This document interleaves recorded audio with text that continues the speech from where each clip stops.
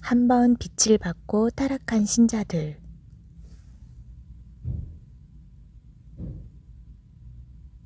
배교자.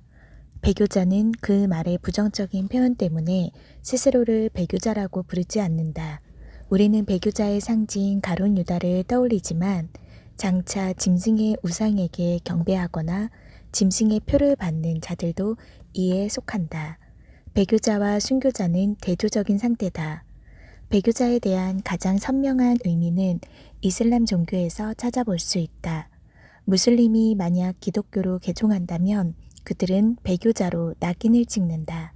비난과 물리적 폭력, 출교와 구금을 포함하여 참수를 해도 샤리아 법에 따라 합법적인 상태가 되기도 한다. 히브리서에도 배교가 기록되었다. 히브리서에는 종교를 바꾼다는 차원보다 배교를 타락한 상태로 보고 있다. 우선 히브리서 기자는 초보적인 가르침에서 떠나 성숙한 대로 나아가기를 촉구한다. 초보적인 가르침 6가지는 다음과 같다. 1. 죽음에 이르게 하는 행실에서 돌이켜 회개하는 일. 2. 하나님께 대한 믿음. 3. 세례. 4. 안수. 5. 죽은 사람들의 부활. 6. 영원한 심판. 초보적인 신앙에서 안주하는 신자들도 많고 그것이 전부인 것처럼 오해하는 신자들도 있다. 하나님께서 허락하신다면 성숙해질 수 있을 것이며 이를 위한 경고로 배교의 목록을 기록하고 있다. 한 번 빛을 받고 하늘의 은사를 맛보고 성령에 참여한 바 되고 하나님의 선한 말씀과 내세의 능력을 맛보고도 타락한 자들은 다시 새롭게 하여 회개하게 할 수 없나니 이는 그들이 하나님의 아들을 다시 십자가에 못 박아 드러내놓고 욕되게 함이라. 우리는 통상 거시적 관점에서 배교를 논하는 경향이 있지만 오히려 개인적인 차원에서 배교가 빈번하게 나타난다. 히브리서에 기록된 무서운 배교자의 결말은 죄를 예방하는 차원에서 기록되었을 것이다. 이것은 신자들이 다시 타락해서 영원히 멸망당할 수 있다는 사실을 보여준다. 1. 신자들이 빛을 받을 수 있다. 빛을 어느 신앙 수준까지 이해해야 하는지 한계가 있지만 믿음의 첫 단계는 빛을 받는 것에서부터 시작한다. 참 빛이신 그리스도를 통해 어두운 심령은 하나님을 향해 열리고 빛이 아들이 되고 세상의 빛으로 살아간다. 2. 신자들이 하늘의 은사를 맛볼 수 있다. 바울은 9가지 성령의 은사를 알려주었는데 우리 죄를 용서하신 하나님의 은혜 전체를 의미할 수도 있다. 3. 신자들이 성령에 참여할 수도 있다. 오순절에 모였던 제자들은 성령의 임재를 체험하였다. 성령 세례는 구원의 보증으로 주신다. 4. 신자들이 하나님의 선한 말씀을 맛볼 수 있다. 말씀을 깨달은 상태로 이해할 수 있지만 열매를 맺기까지 충분히 성숙되어야 한다. 5. 신자들이 내세의 능력을 맛볼 수도 있다. 내세란 천국과 지옥을 의미할 텐데 심판과 영생에 대해서도 어느 정도 알거나 파악할 수 있는 상태이다. 신자들의 대부분은 위에 열거된 5가지 중에 어느 하나에 해당할 수 있다. 신자들이 다시 타락하면 다시 새롭게 되어 회개할 수 없는 것인가? 배교자들은 다시 회개하게 만드는 것이 불가능한가? 그렇다면 차라리 이런 깊은 신앙을 추구하지 않는 것이 배교를 예방하는 것이라 오해할 수 있지 않겠는가? 이 상황을 흑백 논리로 접근하면 오해할 수 있다. 그러나 실상은 성숙한 신앙보다 초보 신앙이 더 배교하기 쉽다. 히브리서 기자도 이것을 염두에 두고 성숙하라고 권면하고 있다. 다시 회개할 수는 없다. 타락한 기준을 무엇으로 볼 것인가? 타락한 배교자의 원문의 의미는 믿음에서 완전히 떨어져 나갔다는 것이다. 믿음 생활을 하다가 잠시 방황하거나 죄의 상태에 머물러 있는 것을 직시하지는 않지만 그렇다고 도덕적으로 심하게 타락하여 멀리 나간 자들이 제외되는 상황으로 볼 수도 없다. 그래서 많은 신자들이 특정한 말씀 한 구절로 모든 진리를 대변한다고 믿는 것은 위험한 일이다. 다시 회개할 수 없었던 사례가 성경에 있었다. 베드로는 시험에 넘어졌지만 가룟 유다는 영영 떨어져 나가 돌이킬 수 없었고 바리새인들도 의도적으로 예수님을 거절한 이유로 영원히 떨어져 나갔다. 신자들은 일시적인 죄든지 반복적인 죄에서 참된 회개가 요구된다.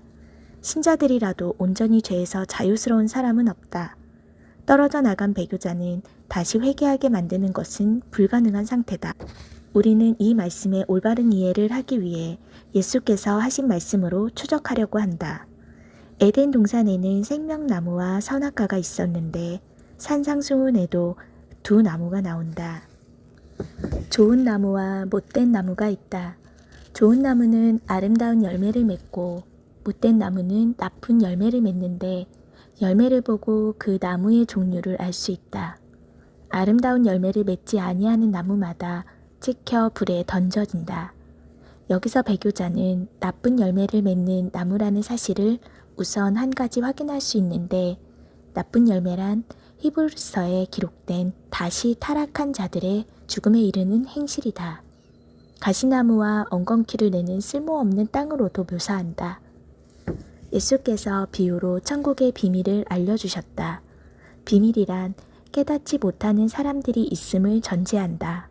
누가복음 8장에 기록된 네 종류의 밭은 네 종류의 사람의 마음 상태를 묘사하는데 이에 대한 해석도 주님께서 직접 해주셨다. 말씀을 어떻게 받아들이냐는 받아들이는 사람에게 달려있다. 그중 세 가지는 나쁘고 한 가지만 좋다. 1. 길가에 뿌려진 말씀. 마음에 있던 말씀을 마귀에게 빼앗긴 상태이다. 2. 바위 위에 뿌려진 말씀. 말씀을 잠깐 기쁨으로 받으나 뿌리가 없어 시련이 오면 배반하는 신자다. 3. 가시떨기에 떨어진 말씀. 세상의 염려와 재물의 유혹과 향락에 기운이 막혀 온전히 결실하지 못하는 신자다. 4. 좋은 땅에 뿌려진 말씀. 착하고 좋은 마음으로 말씀을 듣고 지키어 인내로 결실하는 신자다. 신자들에게 네 종류의 마음이 있지만 결국 열매를 맺는 신자와 열매를 맺지 못하는 두 종류의 신자로 구별된다. 열매를 맺지 못하게 하는 다양한 요인들이 있고 열매를 맺기까지 성숙하지 못하는 신자들이 있다. 열매를 맺는 사람들의 특징은 무엇인가? 4단계가 주어진다. 말씀을 듣고 지키고 인내함으로 결실한다. 열매란 궁극적인 구원을 상징한다. 열매는 행실이요 입에서 나오는 말이기도 하며 성품이요 순결하고 성숙한 신자의 특징이기도 하다. 열매는 충분히 익은 곡식으로 익어야 온전히 결실할 수 있다.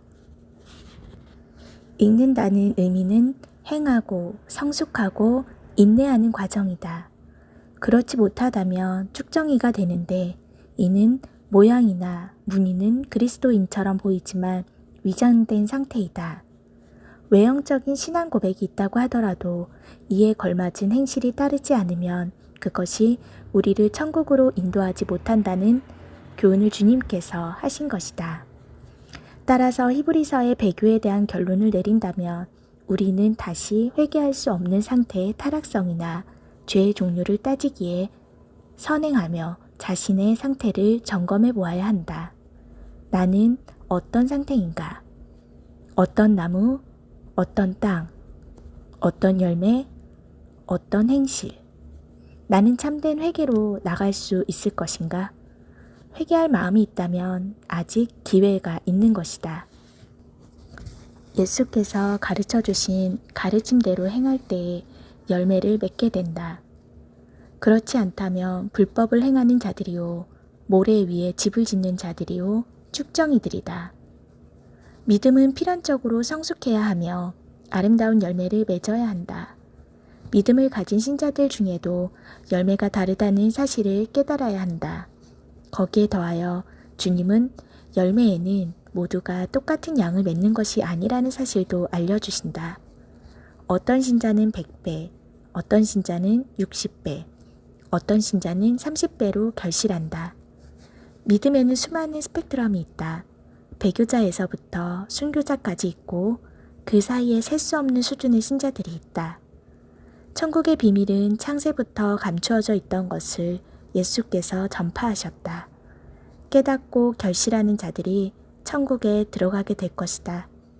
추수 때가 이르렀으니 속히 익은 열매를 맺는 나무로 성숙되어야 한다.